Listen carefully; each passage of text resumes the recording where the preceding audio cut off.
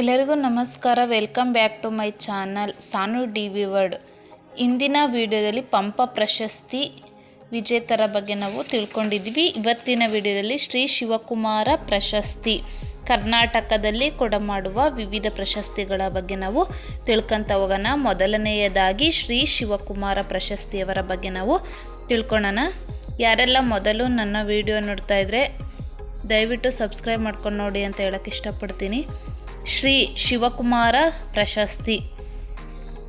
ಮಠವೆಂದರೆ ಬಹುತೇಕ ಜನರ ಮನಸ್ಸಿನಲ್ಲಿ ಧಾರ್ಮಿಕ ಆಚರಣೆ, ಹೆಚ್ಚೆಂದರೆ ಶಿಕ್ಷಣ ಸಂಸ್ಥೆ, ಅನ್ನದಾಸೋಹ ನಡೆಸುವ ತಾಣ ಎನ್ನಬಹುದು. ಆದರೆ ಇವುಗಳ ಜೊತೆಗೆ ರಂಗಭೂಮಿಯನ್ನೇ ಕಾಯಕ ಕ್ಷೇತ್ರವಾಗಿಸಿಕೊಂಡ ಮಠದ ಉದಾಹರಣೆ ಸಿಗುವುದು ವಿರಳವೇನು ಬಂತು. ಬಹುಶಃ ಸಾಣೇಹಳ್ಳಿಯನ್ನು ಹೊರತುಪಡಿಸಿದರೆ ಭಾರತದಲ್ಲೆಲ್ಲೂ ಇಂತಹ ಮತ್ತೊಂದು ಉದಾಹರಣೆ ಸಿಗಲಾರದು. ಶ್ರೀ ಶಿವಕುಮಾರ ಸ್ವಾಮಿಗಳವರು ಸುಮಾರು 1950ರಲ್ಲಿ ಸಿರಿಗೆರೆಯಲ್ಲಿ ತರಳಬಾಳು ಕಲಾಸಂಘ ಸ್ಥಾಪಿಸಿದರು. ತಾವೇ ನಾಟಕಗಳನ್ನು ರಚಿಸಿ ನಿರ್ದೇಶಿಸಿ ಭಾರತದ ಉದ್ದಗಲಕ್ಕೂ ಅವುಗಳ ಪ್ರದರ್ಶನಕ್ಕೆ ವ್ಯವಸ್ಥೆ ಮಾಡಿದ್ದರು. ಸರ್ಕಾರದ ಅನುದಾನ, ಪ್ರಶಸ್ತಿ, ಪುರಸ್ಕಾರಗಳ ಹಂಗಿಲ್ಲದೆ ಕಲಾ ಸೇವೆ ಮಾಡಿದ ಮಹಾನ್ ಕಲಾಪೋಷಕರು ಪೂಜ್ಯ ಶ್ರೀ ಶಿವಕುಮಾರ ಶಿವಾಚಾರ್ಯ ಸ್ವಾಮಿಗಳವರು. ಅಂಥ ದಿವ್ಯಚೇತನದ ಸ್ಮರಣಾರ್ಥ ಅವರ ಹೆಸರಿನಲ್ಲೇ ಪ್ರತಿಷ್ಠಿತ ಶ್ರೀ ಶಿವಕುಮಾರ ಪ್ರಶಸ್ತಿಯನ್ನು ರಂಗಭೂಮಿಯಲ್ಲಿ ಅಪರೂಪದ ಸಾಧನೆ ಮಾಡಿದ ಪ್ರತಿಭಾನ್ವಿತರಿಗೆ ಪ್ರತಿ ವರ್ಷ ನೀಡಲಾಗುವುದು. ಕಳೆದ ವರ್ಷ 2009 ಉತ್ತರ ಕರ್ನಾಟಕದಲ್ಲಿ ಆದ ಅತಿವೃಷ್ಟಿಯ ಪರಿಣಾಮವಾಗಿ ನಾಟಕೋತ್ಸವ ಮತ್ತು ಪ್ರಶಸ್ತಿ ಪ್ರದಾನ ಎರಡನ್ನೂ ರದ್ದುಗೊಳಿಸಲಾಗಿತ್ತು. ಪ್ರಶಸ್ತಿಯ ಸ್ವರೂಪ, ಆಯ್ಕೆಯ ಮಾನದಂಡಗಳು. ಪ್ರಶಸ್ತಿಯು 25,000 ರೂಪಾಯಿ ನಗದು ಮತ್ತು ಪ್ರಶಸ್ತಿ ಫಲಕವನ್ನು ಹೊಂದಿರುತ್ತದೆ. ರಂಗಭೂಮಿಯ ಜೀವಮಾನದ ಸಾಧನೆಯನ್ನು ಪರಿಗಣಿಸಲಾಗುವುದು. ನಾಟಕ ರಚನೆ, ನಿರ್ದೇಶನ, ಅಭಿನಯ, ಸಂಘಟನೆ ಇತ್ಯಾದಿ ಗ್ರಾಮೀಣ ಭಾಗದಲ್ಲಿ ದುಡಿದವರಿಗೆ ಆದ್ಯತೆ. ಹವ್ಯಾಸಿ, ವೃತ್ತಿ, ಸ್ತ್ರೀ ಪುರುಷ ಎಂಬ ಭೇದ ಭಾವ ಇರಕೂಡದು. ರಂಗಭೂಮಿಗೆ ಮೀಸಲಾಗಿರುವ ಗುಬ್ಬಿ ವೀರಣ್ಣ ಅದಕ್ಕೆ ತತ್ಸಮಾನವಾದ ರಾಜ್ಯ, ಕೇಂದ್ರದ ಪ್ರಶಸ್ತಿಗಳನ್ನು ಪಡೆದವರನ್ನು ಪರಿಗಣಿಸಬಾರದು. ಪ್ರಶಸ್ತಿ ಪಡೆದವರೇ ಮತ್ತೆ ಮತ್ತೆ ಪಡೆಯುವಂತಾದರೆ ನಮ್ಮ ಪ್ರಶಸ್ತಿ ಇದಕ್ಕಿಂತ ಉತ್ತಮ ಮಟ್ಟದ ಪ್ರಶಸ್ತಿ ಪಡೆಯಲು ಉತ್ತೇಜನ ನೀಡಬೇಕು ಎನ್ನುವ ಆಶಯ. ಪ್ರಶಸ್ತಿ ಪಡೆಯುವವರ ವಯಸ್ಸು ಕನಿಷ್ಠ 50 ವರ್ಷ ದಾಟಿರಬೇಕು. ರಂಗಭೂಮಿಯಲ್ಲಿ 25 ವರ್ಷ ಸೇವೆ ಸಲ್ಲಿಸಬೇಕು. ನವೆಂಬರ್ನಲ್ಲಿ ಸಾಣೇಹಳ್ಳಿಯಲ್ಲಿ ನಡೆಯುವ ನಾಟಕೋತ್ಸವದ ಸಂದರ್ಭದಲ್ಲಿ ಪ್ರಶಸ್ತಿ ಪ್ರದಾನ ಮಾಡಲಾಗುವುದು. ಪುರಸ್ಕೃತರು ಖುದ್ದಾಗಿ ಸಾಣೇಹಳ್ಳಿಗೆ ಆಗಮಿಸಿ ಪ್ರಶಸ್ತಿ ಸ್ವೀಕರಿಸಬೇಕು.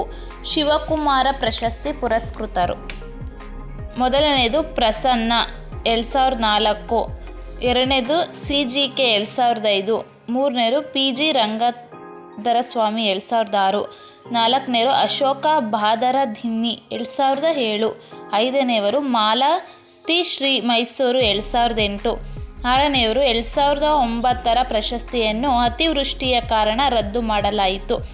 ಏಳನೆಯದು C ಬಸವಲಿಂಗಯ್ಯ 2010, ಎಂಟನೆಯವರು ಶ್ರೀಮತಿ B ಜಯಶ್ರೀ 2011. ಪ್ರಶಸ್ತಿಯ ಗರಿಮೆ, ನಾಡಿನ ಹಿರಿಮೆ. ಕರ್ನಾಟಕದಲ್ಲಿ ಸಾಹಿತ್ಯ ಮತ್ತು ಸಂಸ್ಕೃತಿಯ ಬೆಳವಣಿಗೆಗೆ ಸರಕಾರ ನಿರ್ದಿಷ್ಟ ಪ್ರಯಾಣ ನಡೆಸುತ್ತಿದ್ದರೆ ಖಾಸಗಿ ಸಂಘ ಸಂಸ್ಥೆಗಳು ಆ ನಿಟ್ಟಿನಲ್ಲಿ ಕಾರ್ಯನಿರತವಾಗಿದೆ.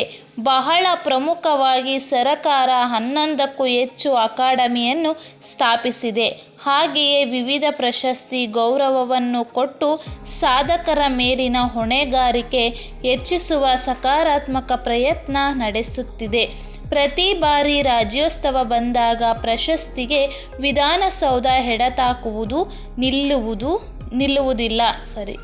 ಅದರ ಮಧ್ಯೆಯೂ ಒಂದಿಷ್ಟು ಮಂದಿ ಸರಕಾರಕ್ಕೆ ಗುರುತು ಸಿಗುತ್ತಾರೆ, ಪ್ರಶಸ್ತಿಯಿಂದ ಗೌರವಿತರಾಗುತ್ತಾರೆ. ಒಟ್ಟು ಕೆಲವು ಪ್ರಶಸ್ತಿಗಳಲ್ಲಿ ನಗದು ಸ್ಮರಣಿಕೆಯೇ ಆಕರ್ಷಣೆಯಾಗಿದ್ದರೆ, ಇನ್ನು ಕೆಲವು ಪ್ರಶಸ್ತಿಗಳಿಗೆ ಅದರ ಮೌಲ್ಯವೇ ಹೆಚ್ಚಿನದು. ಸಾಹಿತ್ಯ, ಸಂಸ್ಕೃತಿ, ಸಮಾಜ ಸೇವೆ, ನೃತ್ಯ, ಸಂಗೀತ, ನಾಟಕ, ಸಿನಿಮಾ, ಚಿತ್ರಕಲೆ, ಶಿಲ್ಪಕಲೆ, ಕೃಷಿ ಕೈಗಾರಿಕೆ ಸೇರಿದಂತೆ ಹಲವು ಕ್ಷೇತ್ರಗಳಲ್ಲಿ ಪ್ರಶಸ್ತಿಗಳನ್ನು ನೀಡಲಾಗುತ್ತಿದೆ. ಅಕಾಡೆಮಿಗಳು, ಇಲಾಖೆಗಳು ತಮ್ಮ ತಮ್ಮ ಸಂಬಂಧಿತ ಕ್ಷೇತ್ರಗಳಲ್ಲಿ ದುಡಿಮೆಯನ್ನು ಗೌರವಿಸುತ್ತದೆ. ಅಲ್ಲದೆ ಸಂಘ ಸಂಸ್ಥೆಗಳು, ಮಠಗಳ ಪ್ರಶಸ್ತಿಗಳು ಇವೆ. ಪ್ರಶಸ್ತಿ ಕೊಡುವುದಕ್ಕಾಗಿಯೇ ಹುಟ್ಟಿಕೊಂಡಂತಹ ಸಂಘ ಸಂಸ್ಥೆಗಳಿಗೆ ಎಂಬ ಆರೋಪವೂ ಇದೆ. ನೋಡಿ, ಇಷ್ಟು ಪ್ರಶಸ್ತಿ ಗರಿಮೆ, ನಾಡಿನ ಹಿರಿಮೆ. ಈಗ ಕರ್ನಾಟಕ ರತ್ನ. ಕರ್ನಾಟಕ ರತ್ನ ಭಾರತ ರತ್ನ ಸೇರಿದಂತೆ ರಾಜ್ಯ ಅತ್ಯುನ್ನತ ನಾಗರಿಕ ಪ್ರಶಸ್ತಿ ಎಂದರೆ ಕರ್ನಾಟಕ ರತ್ನ. 1992ರಲ್ಲಿ ಆಗಿನ ಮುಖ್ಯಮಂತ್ರಿ ಎಸ್. ಬಂಗಾರಪ್ಪ, ಡಾಕ್ಟರ್ ರಾಜ್ಕುಮಾರ್ ಮತ್ತು ರಾಷ್ಟ್ರಕವಿ ಕುವೆಂಪು ಅವರಿಗೆ ನೀಡಲಾಯಿತು.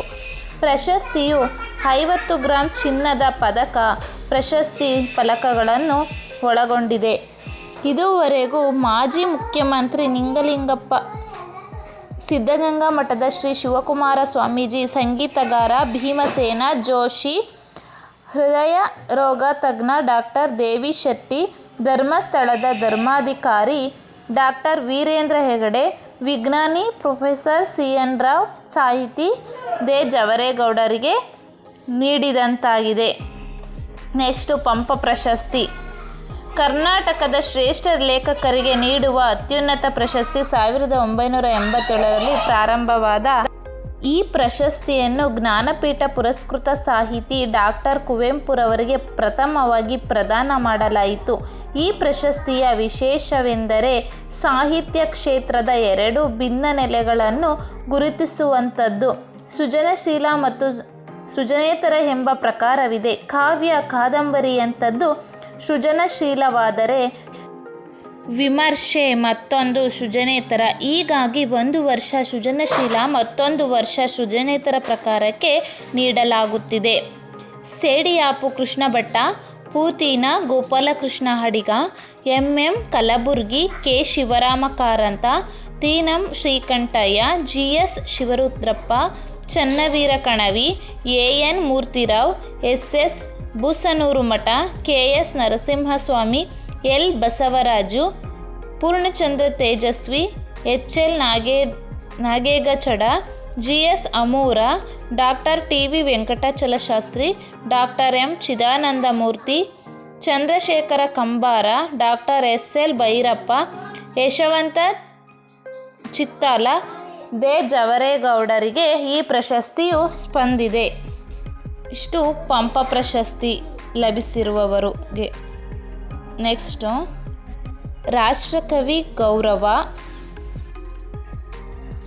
ರಾಷ್ಟ್ರಕವಿ ಗೌರವ ರಾಷ್ಟ್ರದಲ್ಲಿ ಕವಿಗಳಿಗೆ ಮೀಸಲಾದ ಅತ್ಯುನ್ನತ ಗೌರವ.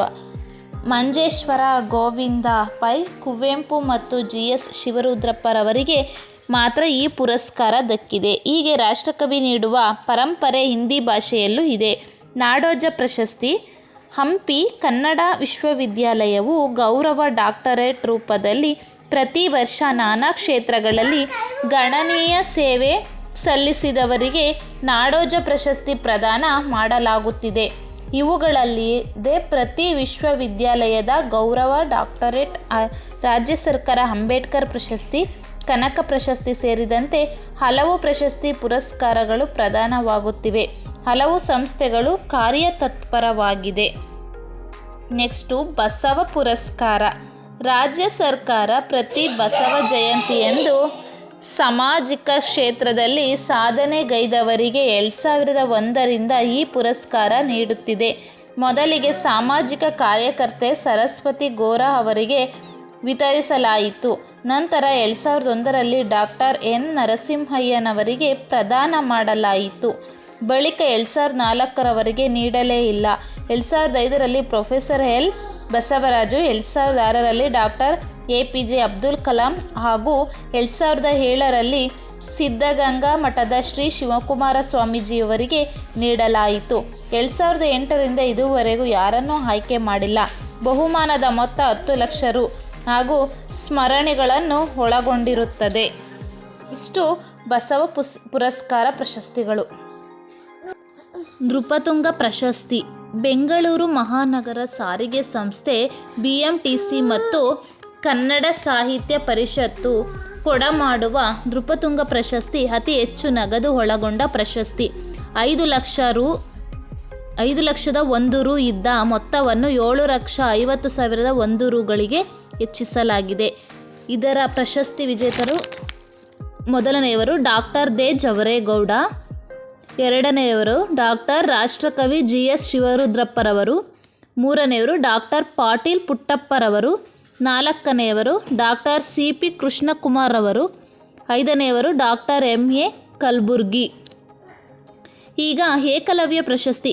ರಾಜ್ಯ ಸರ್ಕಾರವು ಕ್ರೀಡಾ ಸಾಧಕರಿಗೆ ನೀಡುವ ವಾರ್ಷಿಕ ಪ್ರಶಸ್ತಿಯೇ ಏಕಲವ್ಯ ಪ್ರಶಸ್ತಿ. ಇದನ್ನು ಯುವಜನ ಸೇವಾ ಮತ್ತು ಕ್ರೀಡಾ ಇಲಾಖೆಯ ವತಿಯಿಂದ ನೀಡಲಾಗುತ್ತಿದೆ. ಈಗ ರಾಜ್ಯೋತ್ಸವ ಪ್ರಶಸ್ತಿ. ಪ್ರತಿ ಬಾರಿ ರಾಜ್ಯೋತ್ಸವ ದಿನದಂದು ರಾಜ್ಯ ಸರ್ಕಾರ ನೀಡುವ ಪ್ರಶಸ್ತಿ ಎಲ್ಲ ರಂಗಗಳ ಸಾಧಕರನ್ನು ಗುರುತಿಸುವುದು ವಿಶೇಷ. 1966ರಲ್ಲಿ ಮೊದಲ ಬಾರಿಗೆ ಪುರಸ್ಕಾರ ಪ್ರದಾನ ಮಾಡಲಾಯಿತು. ಈಗ ಟಿ. ಚೌಡಯ್ಯ ಪ್ರಶಸ್ತಿ. ರಾಜ್ಯ ಸರ್ಕಾರ ಕೊಡಮಾಡುತ್ತಿರುವ ಏಕೈಕ ಪ್ರಶಸ್ತಿ ಎಂದರೆ ದಿ ಟಿ. ಚೌಡಯ್ಯ ಪ್ರಶಸ್ತಿ. ರಾಜ್ಯದ ಮಹೋನ್ನತ ಸಂಗೀತ ವಿದ್ವಾಂಸರಾದ ಪಿಟೀಲು ಚೌಡಯ್ಯನವರ ನೆನಪಿನಲ್ಲಿ ಕೊಡಮಾಡುತ್ತಿರುವ ಪುರಸ್ಕಾರವಿದು. ಇದಕ್ಕೆ ರಾಜ್ಯದ ಗಡಿಯಿಲ್ಲ. ಶಾಸ್ತ್ರೀಯ ವಾದ್ಯ ಸಂಗೀತ ಕ್ಷೇತ್ರದಲ್ಲಿ ಅತ್ಯುತ್ತಮ ಸಾಧನೆ ಮಾಡಿದ ರಾಜ್ಯ ಮತ್ತು ಹೊರ ರಾಜ್ಯದ ಕಲಾವಿದರಿಗೆ ಕೊಡಲಾಗುತ್ತಿದೆ.